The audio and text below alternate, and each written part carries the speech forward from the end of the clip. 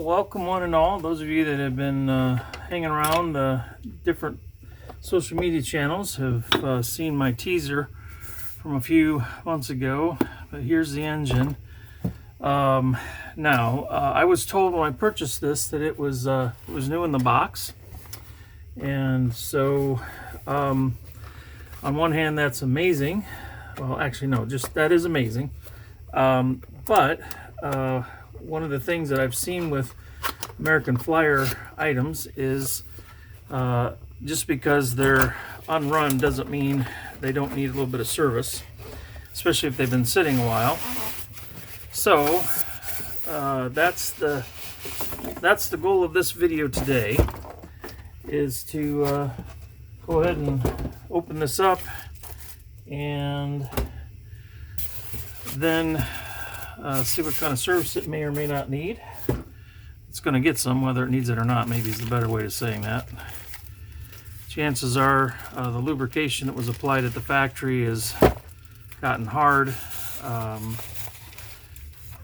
What goodies we got here? Traction tires, spares, and looks like Katie Coupler draft boxes. What else is in there?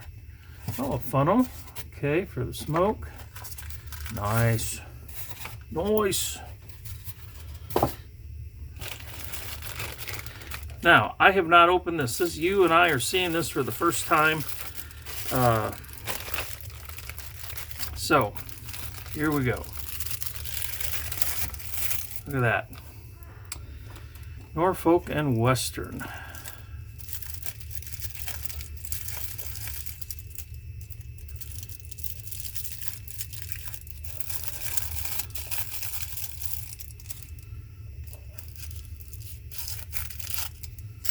Some pretty stellar graphics, that's to be sure.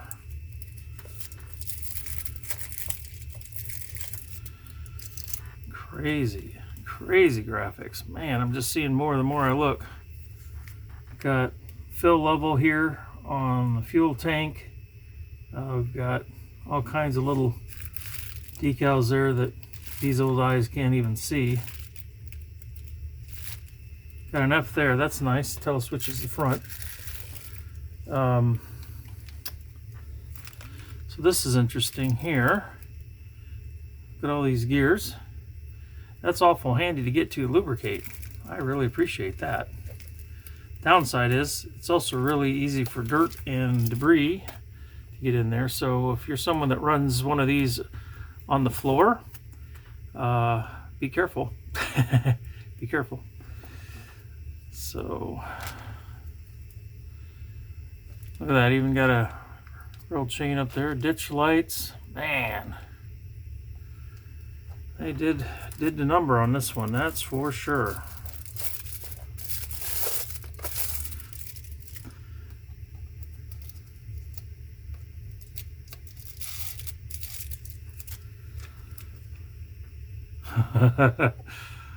Oh boy, I don't have anything like this on my layout.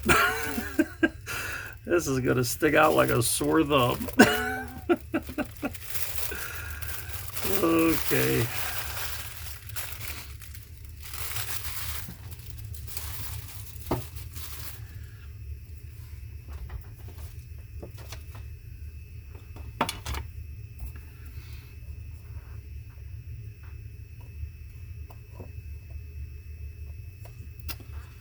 Oh, well, look at this. Now, this is what happens when you're like me.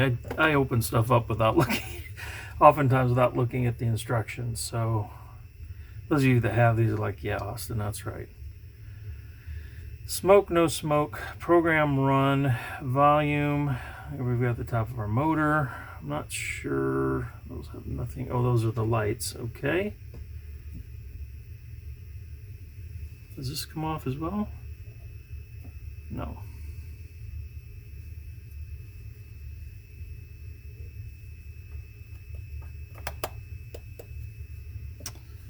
Okay. So, I'm going to break anything if this thing's upside down. I've got a horn in the middle, air conditioners, and who knows what else that is.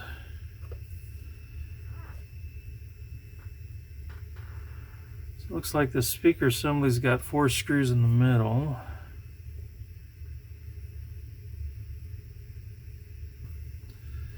Okay, so we are needing to switch to Phillips.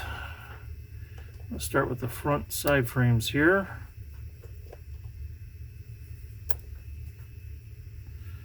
We got a tiny washer. So something to lose real easy. But if you need to change traction tires, that's not too hard to do. Oh no, that's interesting.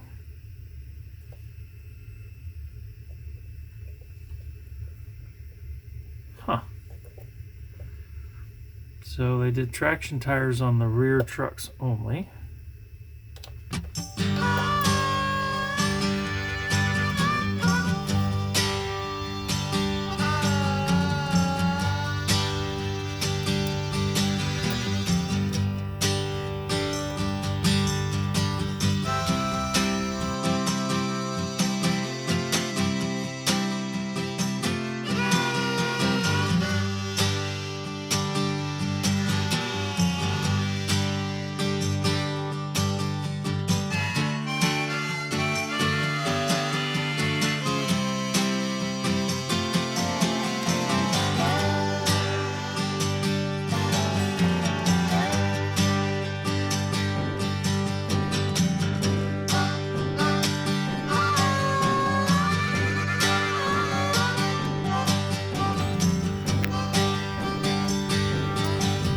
Okay, so I can put a little bit of lithium in here, a little bit of lightweight oil. Good. So that's the trick, getting some lubrication on these bad boys.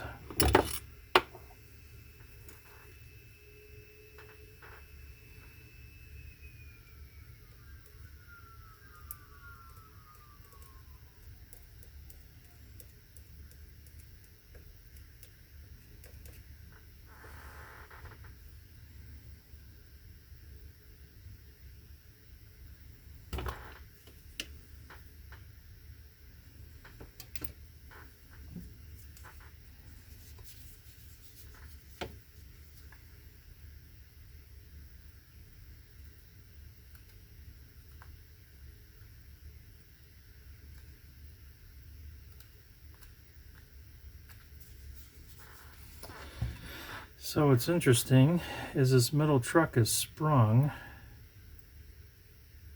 but it doesn't appear the outside ones are. That's interesting. I wonder why they did it that way.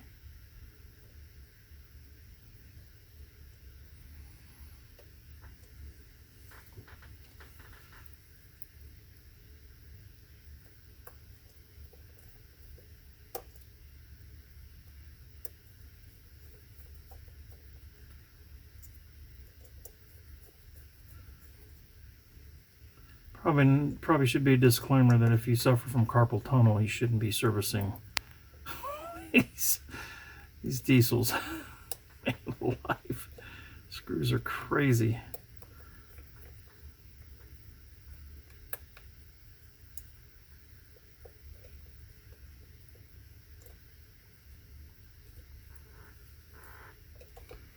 Just want to make sure I don't get anything bound up when I'm putting this back together, because that floating axle.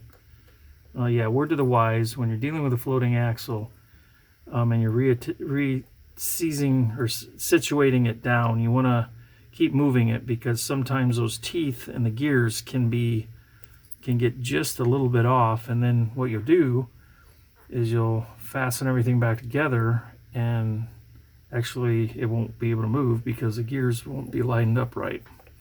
So, something to be leery of. Take it from somebody who's done it the hard way. Put things back together and they won't run. Why? Well, because of what I just told you.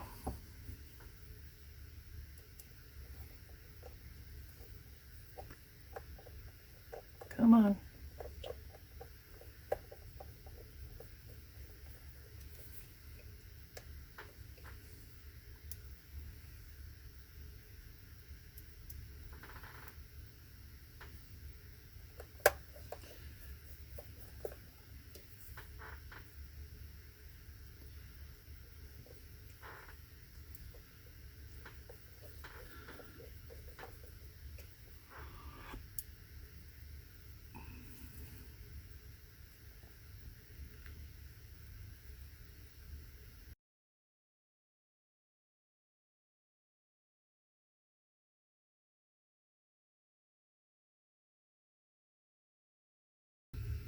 Add 10 to 20 drops to the duct to prime the unit the first time you run the locomotive, or after being stored for an extended period of time. Then add 10 to 20 drops to refill when smoke production decreases. When refilling, do not exceed 20 drops.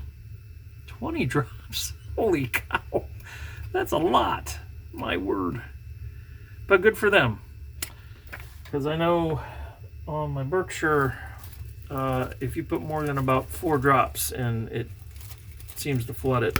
And then you have to blow on it and work with it to get it to smoke again, and it runs out pretty quick. So obviously when your reservoir holds 20 drops, that's huge. That's getting back to the size of a regular American Flyer right there. That's amazing. Now why wouldn't you make the nozzle small enough to fit in there? Alright, let's just do this in case I make a mess.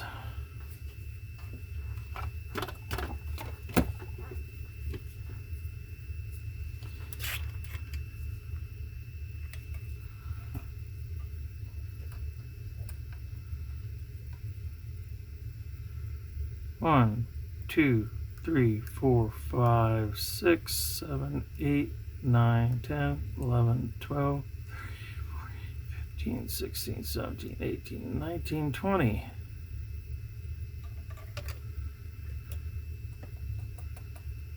Drops.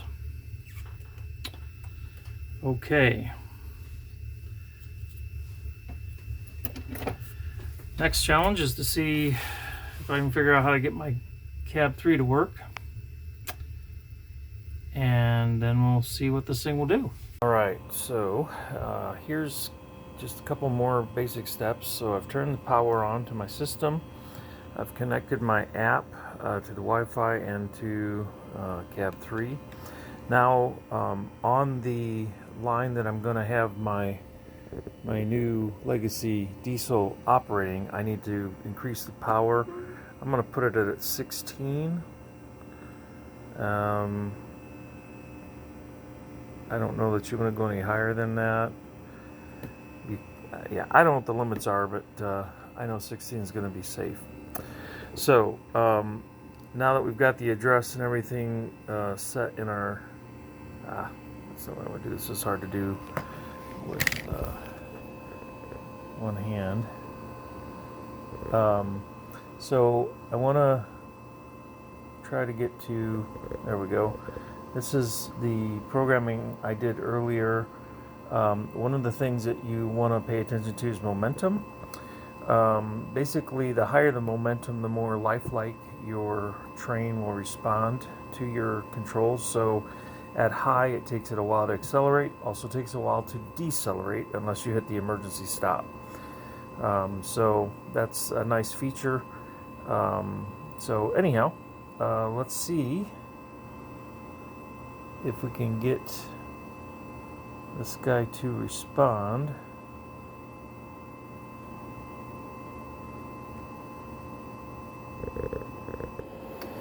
Well, what I didn't realize is I was going to need to re-find or re-establish the address in the engine. So let me show you real quick kind of what I did there. I couldn't get the system to find the engine, so I came over here and I took this off and I switched it to program, and then I was in the app and I hit the engine button down here, and that gave me this number board. I put 81 set, and then the engine came back to life. And I couldn't actually find it before that. It wouldn't find the engine. And then you switch after you've done that, you switch your switch back here to run. So anyhow, once you've got your engine established, and again, you can switch different ones. You've got different options here. If you pull down here, you get a horn. And if you push up, you get a bell. And the bell stays on until you push up again. You've got RPMs that you can increase even when setting still.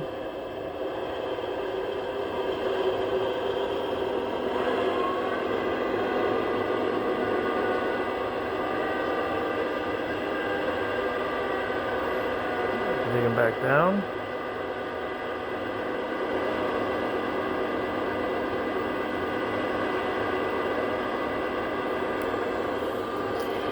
Well, there we go. You can also, you can park the train by pressing this button here. That's it for us today, dispatcher. Signing off. Out. Okay. And the R below it is an emergency stop. And if you want to start the engine, you can press, I think, just about any button on here, but I'm going to do the sound. Oh, didn't do it. Let's try this one. There we go. All right, you've got different dispatcher, crew talk, and you can change those up by going to a different menu here. Dispatch, my train's made up. Am I clear? Over. Negative. Please stand by. Over. Dispatcher here. Take the green. Over. So After that, cleared outbound. Out. if you're into that kind of thing, there you go. So over here is your manual throttle, and so you can, again, I've got this on more of a momentum, so I'm going to crank it up here, and you'll see the blue is just slowly increasing, and that means the train is slowly taking off. And that's something you can adjust. So to adjust that, you come back in here and you hit this engine button. You can see down here where it says momentum. That's where you set that. So we're traveling along. Come over here and meet our train. The smoke units in these, kind of like other Lionel engines, if you have other ones, they take a bit. So it has to be on and running, I don't know, 2 minutes maybe, till you start seeing smoke. Whoa, come back. So now if we blow our whistle, no, I'm sorry. Having a hard time doing everything at once with two phones here. Let's see if we can do it this way here. Oh, if your phone goes dark, you'll default back to your first engine setting, which for whatever reason is not this one. So anyhow, here's what I'm trying to show you. If I bring the horn down, you see the ditch lights, and they do that for a period of time, and then they stop. So that's kind of cool. Now if we want to stop our train, we take the throttle down. You can see it's just coasting. Now we can use the engine brakes here if we want. So the engine brakes are fully on right now. If we take those down, it just coasts forever. The momentum is pretty amazing. So anyhow, that's something you can play with. If you want to change directions, here's how you do that right there. That D and R. And that'll allow your train to go a different direction. Again, I have momentum on, so it's real slow to move. Take that back off. And then once the smoke is going, if you want to turn it off, you hit this button down here, and that brings it back on. You can also run your train with no sound. If you want to turn your sound completely off, you just take your sound to 0, and it'll, there you go. Now you can manually set that sound in that removable panel that I showed you. So anyhow, there you have it. Kind of a fun little project, different certainly for me on this layout, but we'll do a couple run-bys here and see what you think.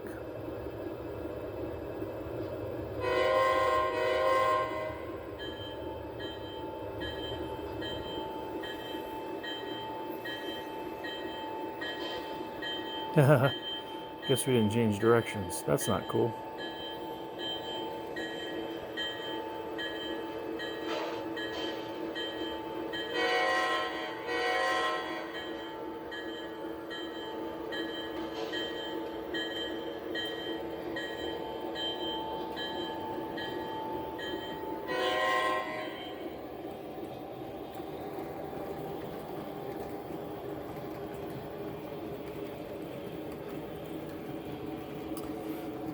These diesel engines are, they're not super heavy, but you do have 12-wheel drive and traction tires. So I'm sure at some point you'll see longer trains behind this one here on this layout. But yeah, I have no doubt it'll pull like a Clydesdale. So let's go ahead and increase the sound of the RPMs here.